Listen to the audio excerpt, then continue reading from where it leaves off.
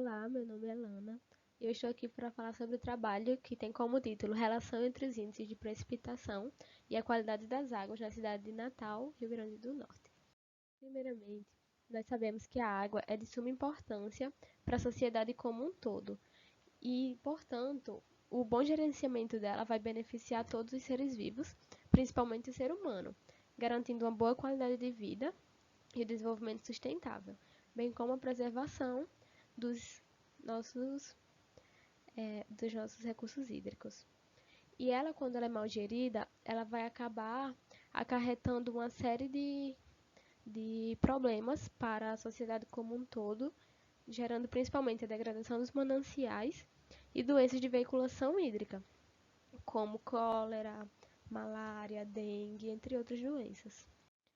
Vale salientar que a qualidade da água ela não está só relacionada com fatores naturais, mas também muitas vezes com um conjunto de fatores e principalmente os antrópicos. Mas aí, por exemplo, naturais nós temos a chuva. A alta precipitação ela pode até acabar deixando a água mais ácida dos mananciais, ou então com a infiltração dela no solo pode acabar levando algumas substâncias para as águas subterrâneas. Portanto, é necessário a gente também ver essa parte natural na questão da chuva e a questão também das ações antrópicas, né, para não jogar, por exemplo, esgoto nos mananciais, porque isso tudo vai acabar influenciando na qualidade da nossa água. Por isso, o objetivo do trabalho é ver a relação entre a qualidade da água dos mananciais de abastecimento e a precipitação pluviométrica da cidade de Natal, RN. Para realizar o presente estudo, nós pegamos dados do Centro de Previsão de Tempo e Estudos Climáticos, o CPTEC do INPE, e também dados da CAERN e fizemos uma comparação entre os dados, certo?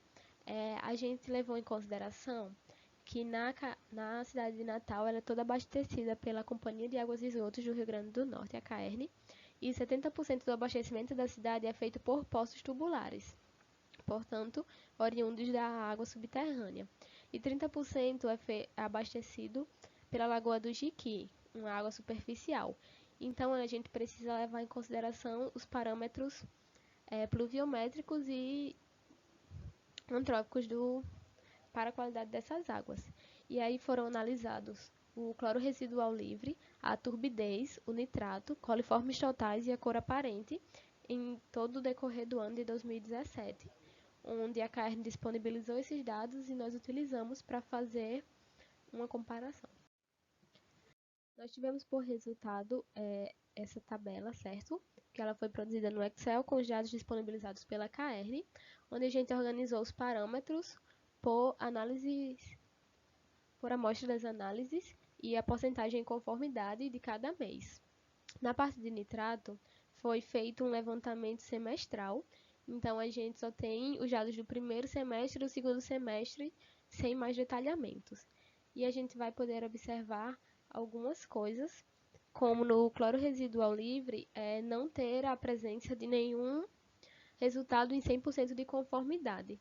E a gente acha isso, né, um pouco não tão bom, porém continua sendo um resultado não tão baixo, né? A menor é 72% em conformidade, então sempre é mais da metade, mesmo não tendo alcançado os 100%.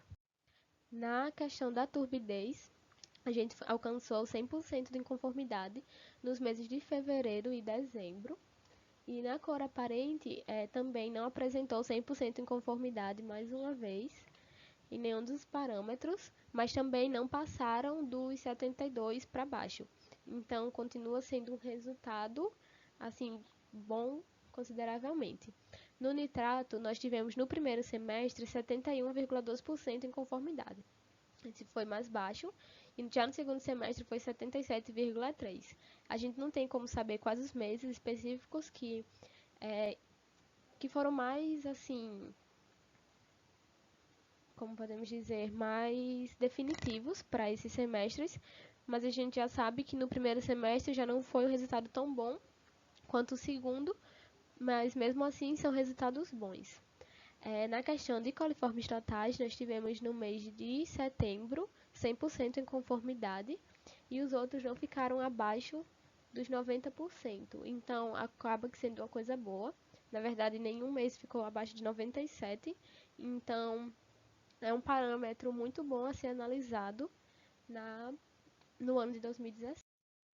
Na questão pluviométrica, a gente pode observar com o gráfico laranja a temperatura, as variações de temperatura ao longo do ano de 2017.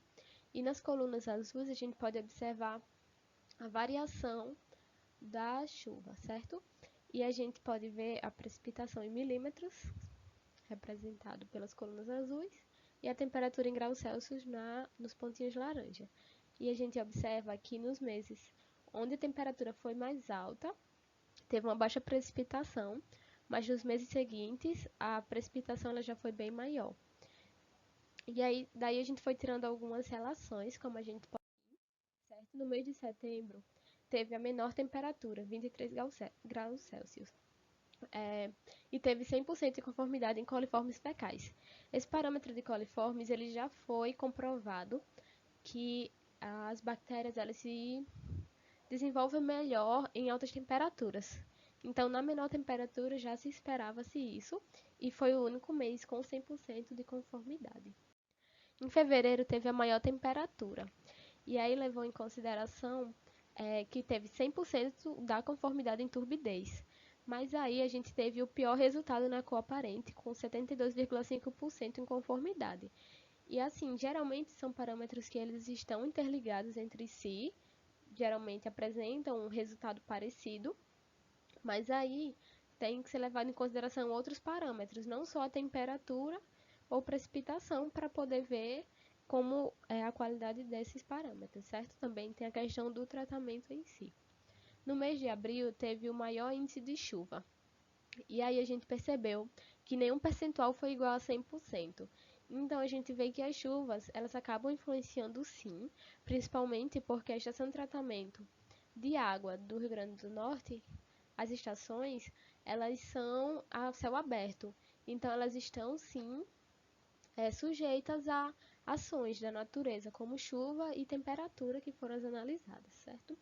No mês de maio, foi o mês que sucedeu o mês mais chuvoso, e aí apresentou o pior resultado no cloro residual e também o pior resultado em coliformes totais. E a gente, assim, percebeu que, na verdade, quando tem essa chuva, ela acaba influenciando não só no mês onde ocorre os elevados índices pluviométricos, como também nos seus meses consequentes. Por isso é bem importante a gente ver essa questão dos tratamentos, mas aí a gente também tem que levar em consideração outras coisas, como os aspectos antrópicos, porque se a gente continuar jogando esgoto, lixo nas ruas, isso tudo vai influenciando na qualidade da água. Portanto, a gente conclui com esse trabalho que existe sim uma influência pluvial na qualidade de água, e essa varia de acordo com os parâmetros. Não são todos os parâmetros que vão fazer com que a água ela fique assim, choveu, todos os parâmetros vão dar abaixo. Não necessariamente.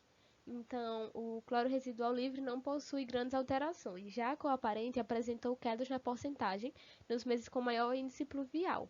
Assim, são parâmetros que variam de acordo com as influências, né, pluviométricas, e já são outros que permanecem fixos na sua porcentagem. Os índices pluviais eles podem influenciar na qualidade da água, mas não é um fator determinante, porque a gente também deve considerar os aspectos antropológicos, né?